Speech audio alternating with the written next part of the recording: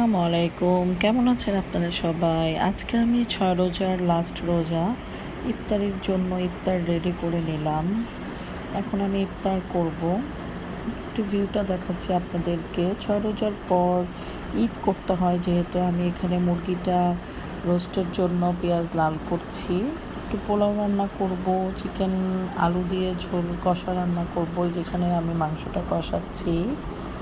যেহেতু 6 রোজার পর নাকি ঈদ করতে হয়, সো এটার জন্য আমি আজকে পোলাও রান্না করব। এখানে মুরগিটা আমি কষিয়ে নিচ্ছি আর রোস্টের জন্য পেঁয়াজও লাল করে নিচ্ছি।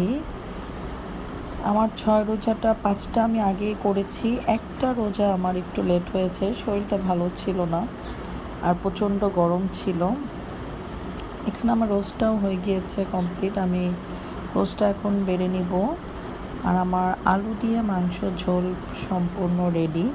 আমি পোলাওটাও দম দিয়ে নিচ্ছি। পোলাওটা এখানে নাড়াচাড়া দিচ্ছি, পোলাওটা হয়ে যাবে।